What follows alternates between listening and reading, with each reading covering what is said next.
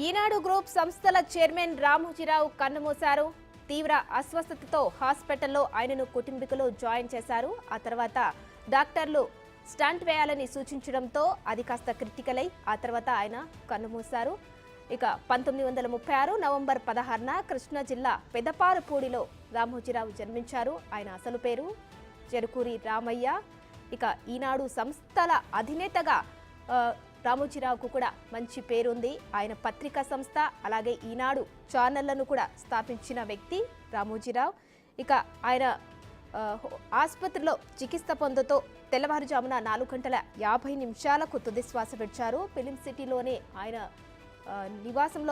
నివాసానికి ఆయన పార్థివ దేహాన్ని తరలించనున్నారు. ఇక ప్రముఖుల సందర్శనార్థం ఇవాళ అక్కడే ఆయన భౌతిక కాయాన్ని కూడా ఉంచనున్నారు. పలువురు ప్రముఖులు, సినీ ప్రముఖులు, రాజకీయ నాయకులు కూడా అక్కడికి వచ్చి ఆయన పార్థివ దేహాన్ని సందర్శించనున్నారు. ఇక రామోజీరావు అసలు పేరు చెరుకూరి రామయ్య. ఆయన ఈనాడు సంస్థల అధినేత. అయితే తీవ్ర అస్వస్థతతో ఆయన కుటుంబీకులు ఆయనను హాస్పిటల్లో జాయిన్ చేశారు. హాస్పిటల్లో జాయిన్ అయిన తర్వాత డాక్టర్లు ఆయనకు స్టంట్ చేయాలని సూచించడంతో అది కాస్త క్రిటికల్ అయి ఆయన తుది శ్వాస విడిచారు.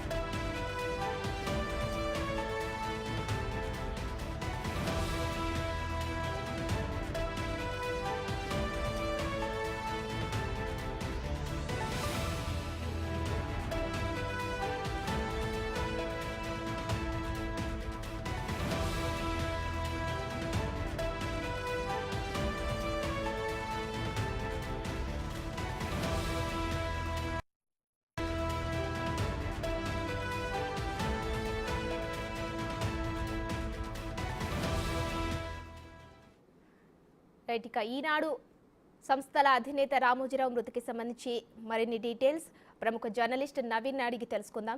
నవీన్ గారు చెప్పండి, ఇవాళ మనం విన్నాము ఈనాడు సంస్థల అధినేత రామోజీరావు కన్నుమూశారు. దీనిపై మీ అభిప్రాయం ఏంటి? మీకున్న సమాచారం ఏంటి? అంటే అది మరణం తప్పదు, అయినా కానీ షాకింగ్ గా ఉంటాయి. ఎందుకంటే ఆయన బహుశా చివరి క్షణం వరకు కూడా ఆయన ప్రోయాక్టివ్ గా ఉన్నారు. ఎప్పుడు ఖాళీగా ఉన్న మనిషి కాదు. అది చాలా మందికి ఆదర్శప్రాయం. అది ఎట్లా ఉండాలి. తర్వాత ఏంటంటే ఆయన తెలుగు జర్నలిజంలో మార్పు వచ్చారు, పెను మార్పు. అంతకు ముందంటే స్వాతంత్ర ఉద్యమం సమయంలో పుట్టిన పత్రికలు తర్వాత కాలమాన పరిస్థితులకు అనుగుణంగా ఆ ట్రెడిషన్ నుంచి కొత్త మార్పు తీసుకొచ్చారు. తర్వాత గ్రామీణ ఈనాడికి ముందు ఒక ఉన్నత వర్గాల వాళ్ళు, బాగా చదువుకున్న వాళ్ళకి న్యూస్ పేపర్లు పరిమితం అయి ఉండేది. ఈనాడు వచ్చాక దాన్ని గ్రామాల్లో, వీధుల్లోకి, రచ్చబండల్లో కూడా తీసుకెళ్లే విధంగా పెద్ద మార్పులు చేశారు. అంటే ఒక్క మాటలో చెప్పడం అని కాదు కానీ. నవీన్ గారు, మీకు ఆయనతో ఉన్న పరిచయం ఎటువంటిది? నేను ఈనాడులో 23 సంవత్సరాలు పనిచేశానండి. నేను ట్రైనీగా మొదలయ్యి చీఫ్ రిపోర్టర్ వరకు ఈనాడులో అనేక సమావేశాల్లో ప్రత్యక్షంగా ఆయనతో మాట్లాడే అవకాశం దొరికింది. అంటే చాలా ఎడ్యుకేటివ్ గా ఉండేవారండి. అంటే జనరల్ గా బయట ఆయన సింహం, లేకపోతే తప్పు చేస్తే మించడు మాటలు ఉంటాయి, కానీ అట్లా కాదండి. ఆయన చాలా స్నేహశీలి. రెండోది జోయల్ గా ఉంటారు. ఎప్పుడు చాలా హాస్య స్మారకంగా ఉంటాయి ఆయన మాటలు ప్రతివి. రెండోది ఏంటంటే రివ్యూ చేస్తారు. ఇప్పుడు తప్పులు ఎవరంతటి వాళ్ళు సెల్ఫ్ అసెస్మెంట్ ఇవ్వాలండి. 3 నెలలకు ఒకసారి ఆయన మీటింగ్ కండక్ట్ చేసేవారు. ఆ 3 నెలల్లో నా తప్పులు ఏంటి, ఇది నా అంతటి నేను ఒక రిపోర్టు ఇవ్వాలి. ఆయన ఆ మీటింగ్ లో చెప్పేవారు, ఆల్ రైట్ తప్పు జరిగిపోయింది, ఇది జరగకుండా నువ్వు మెకానిజం అంటే మేము జాగ్రత్తగా ఉంటాం ఇంకా తప్పులు రాయము అన్నది కాదు. ఎందుకు తప్పు జరిగింది, దాన్ని శాస్త్రీయంగా దాన్ని నిరోధించడానికి ఏమి నువ్వు సృష్టించింది ఏంటి, నువ్వు నువ్వు నువ్వు నువ్వు సజెస్ట్ చేసే మెకానిజం ఏంటి, ఇలాగ అడిగేవారండి. అంటే ఎడ్యుకేటివ్ గా ఉండేది. మీకు ఒక్క ఉదాహరణ చెప్తానండి. నాదెండ్ల భాస్కర్ రావు గారు ఆర్థిక మంత్రిగా ఉన్నప్పుడు ఎన్టీ రామారావు గారికి ఆయనకి అభిప్రాయ విభేదాలు పెరుగుతున్నాయని వార్తలు వచ్చేవండి. ఆ రోజుల్లో సంగతి నేను చెప్తున్నది. అప్పుడు టెలిప్రింటర్ లో అంటే తెలుగు అక్షరాల్లో రాదు, తెలుగు ఇంగ్లీష్ లిపిలో వచ్చేది. అప్పుడు ఆ రోజుల్లో టెక్నాలజీ అంటే అన్నారు అని ఉన్నది అనుకోండి, ANNANARU అని వచ్చేది. ఇది ఆయన నాదెండ్ల భాస్కర్ రావు గారు నెల్లూరు జిల్లా పర్యటనలో ఉన్నప్పుడు, అంటే ఈ నేపథ్యం చెప్పాను కదండి, ముఖ్యమంత్రి గారికి ఆయనకి అభిప్రాయ భేదాలు ఉండేవని. మాకు అభిప్రాయ భేదాలు లేవు అని చెప్పిన మాట అండి. ఇప్పుడున్న పరిస్థితులు, విడుదలవుతున్న నిధులు చూస్తే దానికి ఉండదు అని చెప్పారు. అది ఈ టెలిప్రింటర్ టైపింగ్ లో ఉంది, TAVUNDI అన్నారు అని అలా వచ్చిందండి. అంటే అది చిన్న ఒక అక్షరం మిస్టేక్, దీంతో అర్థం మొత్తం మారిపోయింది. అది ఒక బ్యానర్ స్టోరీ అయిపోయింది. అభిప్రాయ భేదాలకు ఉందని నాదెండ్ల అని ఒక ఫస్ట్ పేజీలో 5 కాలమ్స్ స్టోరీ అయిందండి ఆ న్యూస్ ఐటమ్. అది అంటే అది అబద్ధం, అవాస్తవం. అది ఒక చిన్న అక్షరం వల్ల ఆ పొరపాటు జరిగింది. ఇది వెంటనే ఆ చీఫ్ ఎడిటర్ గారి దృష్టికి, రామోజీరావు గారి దృష్టికి తీసుకెళ్తే ఎలాగయ్యా చూసుకోకపోతే ఎలాగా విసుక్కున్నారు.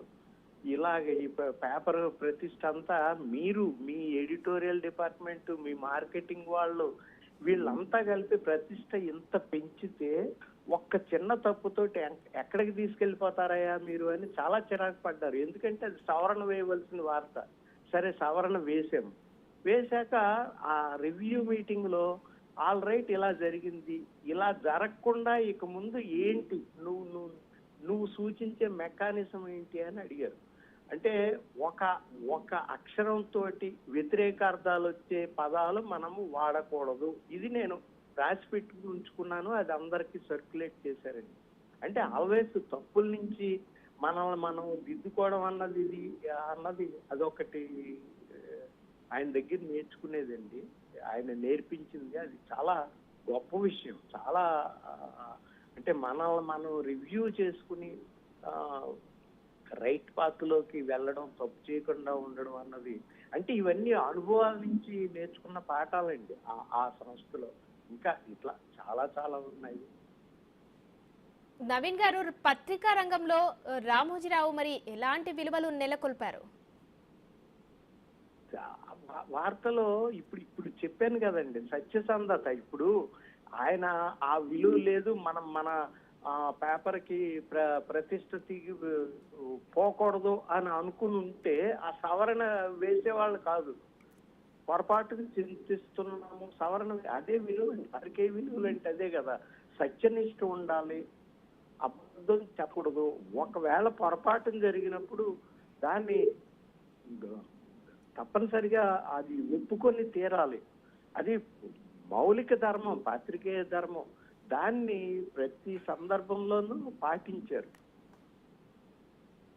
అలాగే నవీన్ గారు, ఎంతో మంది జర్నలిస్టులను కూడా మీడియా రంగంలోకి తీసుకొచ్చిన వ్యక్తి మీరు కూడా ఒక జర్నలిస్టే. ఆయన పత్రికా రంగంలో కూడా పనిచేశారు. మరి అలాంటి వ్యక్తి మీడియా రంగంలో లేకపోవడం అనేది ఒక లోటుగా భావించవచ్చా? అంటే ఒక లోటంటే అది ఒక మిషన్ అమ్మా, ఆగదు. అది లోటంటే లోటే. కాకపోతే అక్కడ వ్యక్తి అని కాకుండా ఒక వ్యవస్థ ఈనాడు కొన్ని సంప్రదాయాలు, కొన్ని వీటిని నెలకొల్పింది. తర్వాత ఏంటంటే అది రాజకీయాలకు సంబంధించి కూడా 2 సందర్భాల్లో ఈనాడు చాలా క్రియాశీలంగా, ప్రోయాక్టివ్ గా ఉన్నది. అంటే పత్రిక రాజకీయాలకి పత్రికలో డైరెక్ట్ గా ప్రత్యక్షంగా ఉండకూడదు అన్నది పాత విలువ. ఇంకా ఒక విధంగా చెప్పాలంటే స్వాతంత్రోద్యమం నుంచే పత్రికలు పుట్టుకొచ్చాయి. స్వాతంత్రోద్యమం అంటే బ్రిటిషర్లకు వ్యతిరేకంగా పోరాడింది. బ్రిటిషర్లకు వ్యతిరేకంగా పోరాడడం అంటే కాంగ్రెస్ పార్టీ. అంటే అప్పటి రోజుల్లో పత్రికలన్నీ కాంగ్రెస్ పార్టీ తోటి ఉన్నాయి. ఆ తర్వాత పరిణామాల్లో ఆంధ్రప్రదేశంలో తెలుగు జాతి ఆత్మగౌరవం దెబ్బతిన్నది.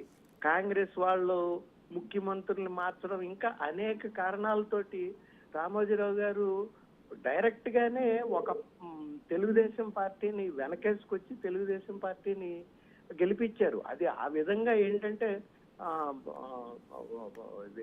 Heart and soul of Andhra Pradesh, ఈ తెలుగు ప్రజలందరికీ గుండె చప్పుడు, ఆ నాడి అట్లాగా. అందుకని ఏంటంటే అది వివాదం కూడా అయింది. వివాదం అట్లాగే నిన్నగాక మొన్న ఇప్పుడు ఈ జగన్ గారు ప్రభుత్వం ఇది అరాచకంగా ఉంది, లేకపోతే ఇది ఏ విధంగా కూడా సరిగ్గా లేదు, నియంతృత్వంగా ఉన్నది, ద్వేషపూరితంగా ఉన్నది, కక్షపూరితంగా ఉన్నది, ఇన్ని అవలక్షణాలు గమనించిన మీదట ఆ ఈనాడు సాగించిన అంటే ప్రజాస్వామ్య విలువల కోసం ఈనాడు సాగించిన యుద్ధం చిన్నదేమీ కాదు.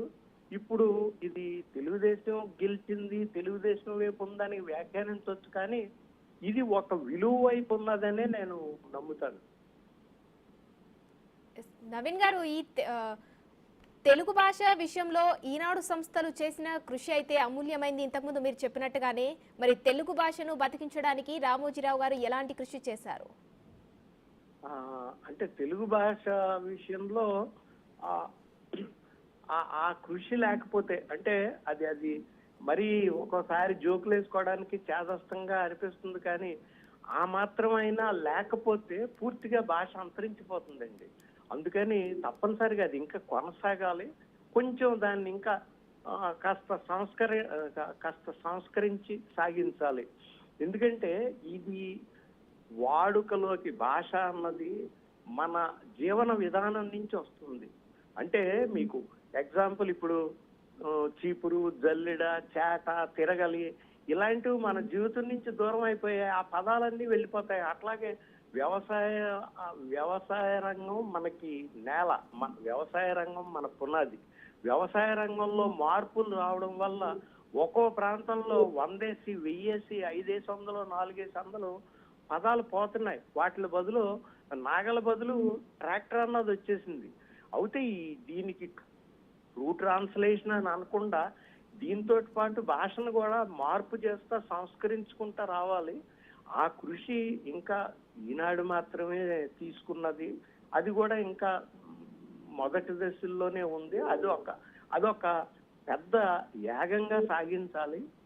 మరి రామోజీరావు గారు వెళ్ళిపోయాక ఆ పని మరి ఈనాడులో కొనసాగుతుందా లేదా అన్నది నాకైతే